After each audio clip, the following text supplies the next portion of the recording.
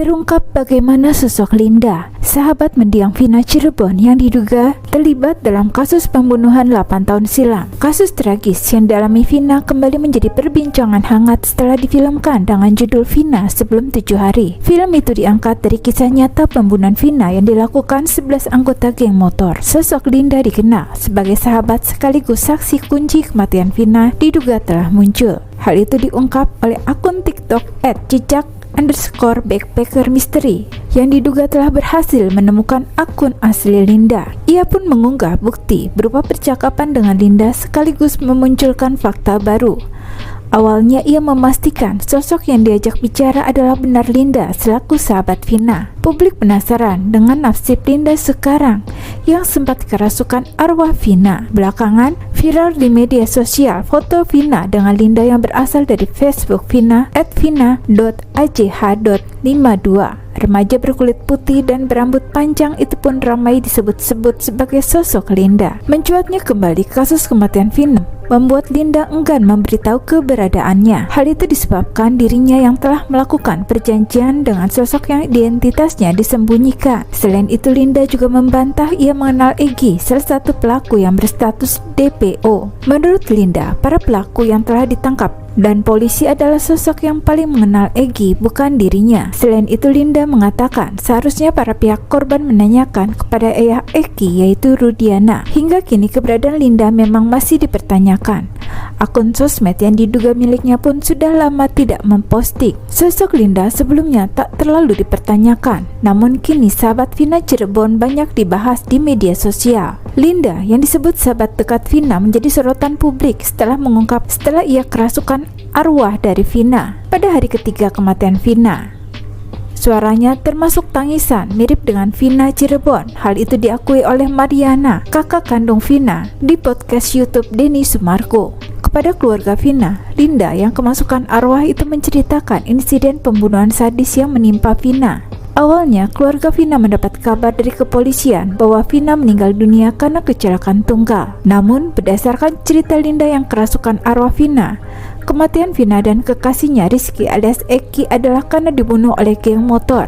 Kata paman Linda, "Mar, ini adik kamu masuk ke keponakan saya. Dia tidak mau pergi sebelum ada yang disampaikan." Lalu kakak Vina datang ke sana pada jam 1 malam. Dan arwah Vina yang merasuki Linda bercerita tentang kebenaran itu. Dalam kanal YouTube Cinema 21, kakak Vina, Marliana, mengurai detik-detik saat Linda kerasukan arwah Vina. Saat itu Marliana dan ayahnya Wasnadi shock karena suara Linda mendadak mirip dengan Vina yang telah tewas. Meskipun kini sudah 8 tahun berlalu, namun duka mendalam masih dirasakan oleh keluarga Vina, apalagi jika mengingat bagaimana Vina meninggal dengan tragis di tangan geng motor itu. Di benak ayah Vina, Wasnadi, masih terekam dengan jelas bagaimana Vina menghembuskan nafas saat terakhir.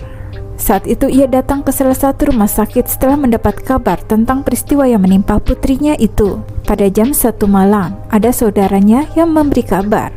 Posisi Vina waktu itu sudah di rumah sakit, dan betapa terkejutnya Wasnadi ketika melihat kondisi Vina yang penuh luka. Menurutnya saat itu Vina masih hidup dan tengah mendapat perawatan dari tim medis. Wasnadi memeluk Vina. Sembari memeluk, ia berdoa agar Vina segera pulih.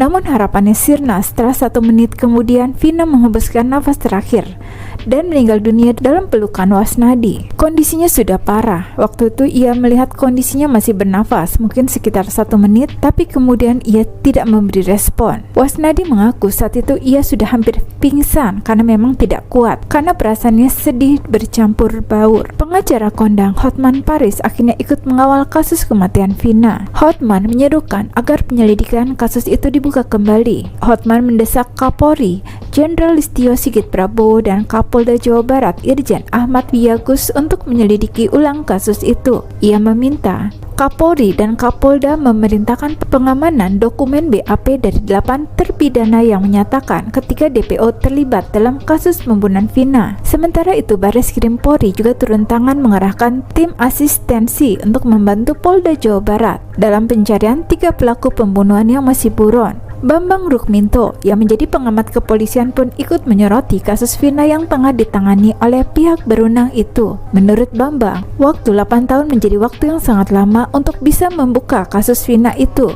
Bambang menilai DPO bisa dilihat secara gamblang dengan informasi yang didapat dari 8 pelaku yang sudah tertangkap.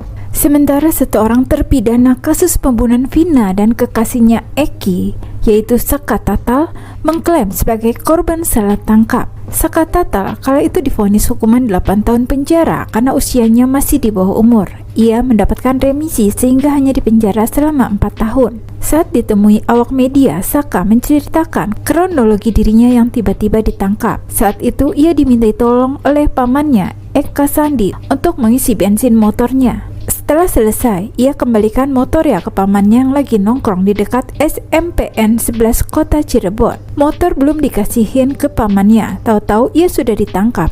Pas ditangkap tidak ada penjelasan apapun, lalu ia dibawa ke Polres Cirebon Kota. Mirisnya, Saka mengaku sempat dianiaya oleh oknum polisi dan dipaksa mengaku sebagai pembunuh Vina dan Eki. Terkait 3 pelaku yang berstatus DPO, Saka mengaku tidak mengenal mereka. Ia bahkan tak mengenal korban Vina dan Eki.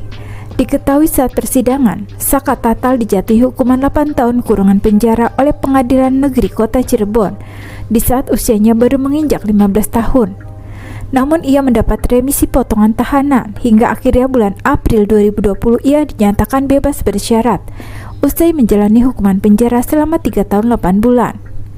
Sampai dengan saat ini, Saka diharuskan wajib lapor sebulan sekali ke kantor Balai Pemasyarakatan kelas 1 Cirebon usai bebas bersyarat sejak tahun 2020. Titin selaku pengacara yang mendampingi Saka Tatal, salah satu terpidana itu mengatakan ada sejumlah kejanggalan dalam kasus pembunuhan Vina. Kejanggalan itu ia dapat dari fakta-fakta persidangan. Pihak kepolisian usai melakukan olah TKP menemukan adanya genangan darah di bawah kedua korban. Lalu ada goresan motor yang menempel di median jalan dan ada daging yang menempel di baut tiang PJU. Maka disimpulkan kejadian itu merupakan insiden kecelakaan di tanggal 27 Agustus 2016. Namun, oleh anggota Polsek Talun, kedua korban dibawa ke RSUD Gunung Jati untuk dilakukan pemeriksaan lebih lanjut. Di saat itu, anggota Polsek Talun menghubungi orang tua salah satu korban, Eki, yang merupakan anggota polisi. Setelah dihubungi, keesokan harinya, ayah korban Eki kendaraan milik anaknya. Saat itu di persidangan dijelaskan, ayah korban Eki memberikan kesaksian kondisi motor tidak mengalami kerusakan yang parah, sedangkan kedua korban meninggal dunia dengan luka yang sangat parah. Maka naluri polisi dimunculkan dan kemudian diduga jika kejadian itu bukan merupakan kecelakaan melainkan pembunuhan. Saat itu di persidangan, Titin mengungkap, ayah dari korban Eki mengaku sempat menanyakan kepada 2 orang saksi yaitu Dede dan AF selaku pegawai tempat pencucian mobil yang berlokasi tidak jauh dari TKP kejadian. Dalam kesaksian, ayah dari korban Eki mengaku bahwa kedua saksi sempat melihat motor yang digunakan oleh anaknya yang dikejar oleh gerombolan motor. Kemudian pada tanggal 31 Agustus 2016, sekitar pukul 5 sore, kedua orang saksi menyampaikan kepada ayah korban Eki jika melihat orang-orang yang sedang dicari. Hal yang menurut Titin menjadi kejanggalan bagi dirinya selaku pengacara, di mana selama proses persidangan, kedua saksi yang disebutkan oleh ayah dari korban Eki tak pernah dihadirkan sekalipun sampai sidang putusan selesai.